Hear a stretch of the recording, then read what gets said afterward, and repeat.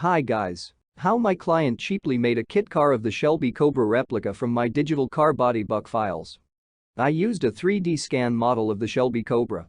I work only with accurate 3D scan models, scale 1:1. After that I divided this 3D scan model into sections.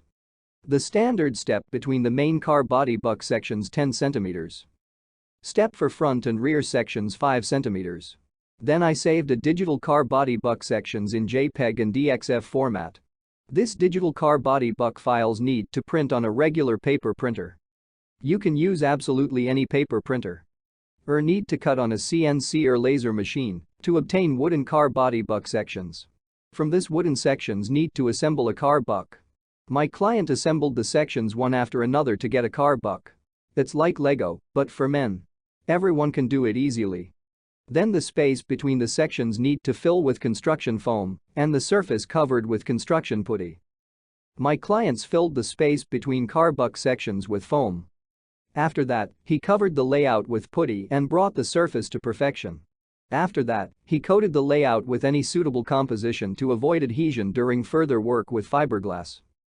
Next, need to make fiberglass molds for the further production of a fiberglass body kit car. My client didn't have this skill either, but he made removable fiberglass molds with ease.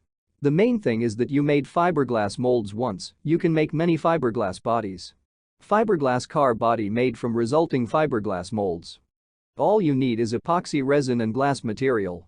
Nowadays it is available to everyone. There is nothing difficult about working with fiberglass. The finished fiberglass car body kit car is installed on a suitable donor car or on a homemade frame. The Shelby Cobra Replica is ready. The most important thing is to make the body. It's like Lego, but for men. Many of my clients make this without any experience. If you need digital car body buck files for self-building a Shelby Cobra Replica yourself, then Welcome.